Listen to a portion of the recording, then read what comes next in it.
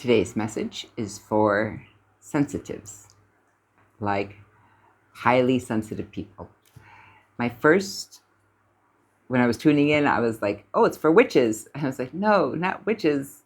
I mean, witches are highly sensitive people, but it's for everyone who is just highly sensitive, who feels, who can't deny the truth of what's happening around them, like the feelings that are floating around the room, the unsaid words, the residuals and residue of places.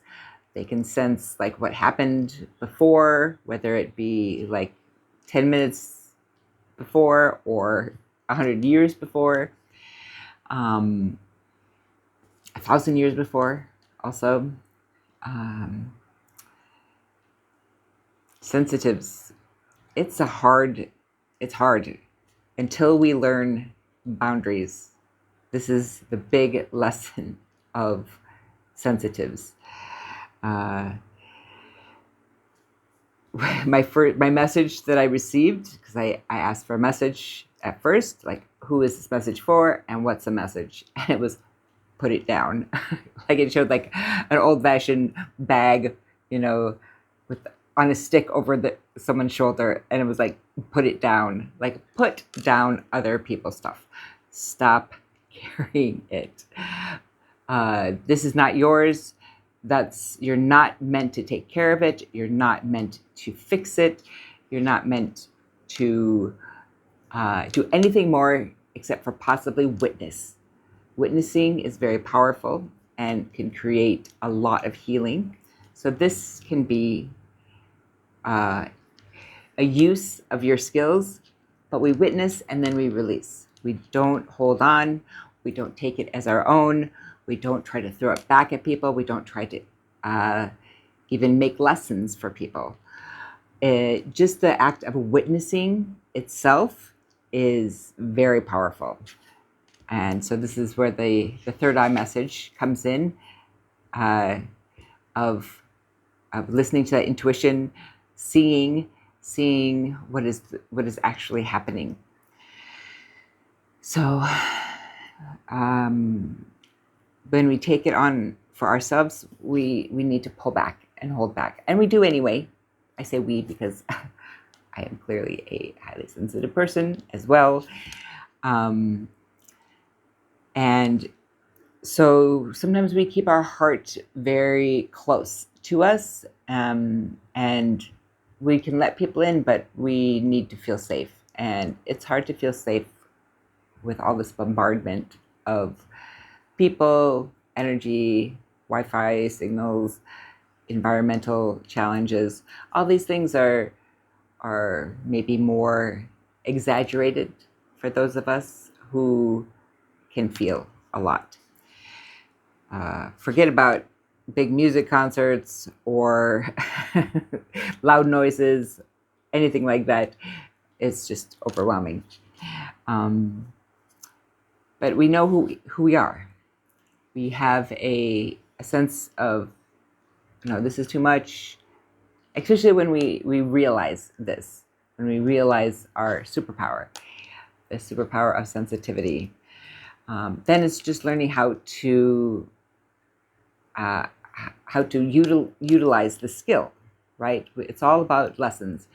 We can want to play piano, but if we don't take lessons, if we don't practice, we're not going to be very proficient, and we won't live to our full potential.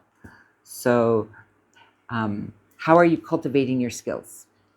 And this is part of the lessons as well, is to understand how to ground. And when we know our skills, we are grounded, right? We can feel comfortable. Otherwise, we might kind of disconnect from the earth, because sometimes it all feels like too much. But actually, the earth is an amazing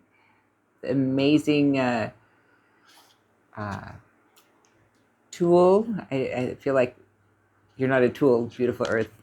No, but we can connect to you and be a part of that that revitalization energy that is just inherent in the earth.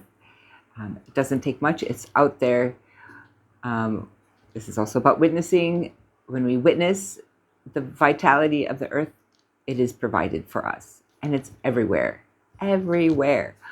So that little like a sprout coming out of the sidewalk, that's earth. That's life. Connect to that. If that's all you have, you know, we can find it. So one of the challenges here is about how to really take action in our lives because of this feeling of too muchness. And this is focus. Focus, give yourself two options. We should only really deal with two options. Is it this or is it this? Oh, it's this. Okay, and now for this one, is it two options? Is it this or this? 5 options? Nope. That is way too much for sensitives. We cannot handle too many options. We need to be a little bit more discerning. And through that, we know. And if it's no for both, then we know that we're asking the wrong questions. So this is one way to help us make decisions, to help us move forward. Also recognizing the self-care. How do you care for yourself? How do you love yourself? This can mean saying no. It can mean more exercise, more water. Drink your water, people. Everybody drink water. Drinking water can cure so many situations that we don't even realize. So yes, self-care. Maybe creating a energy safe zone for ourselves, whether that's small, okay, in the shower, in the bath, that's our energy safe zone. We create that, and that's what we get. We can use scents, we can use crystals, we can use like energy blockers, music, vibrations, all of these things. But we need that. And don't think that there's too much, especially if we're not, if we're coming from a very dysregulated place. We need to take time to regulate. And that could take weeks, months, years. Personally, I've spent a couple years re-regulating, but I'm out of it. I'm in a new phase now, and we can give ourselves that time.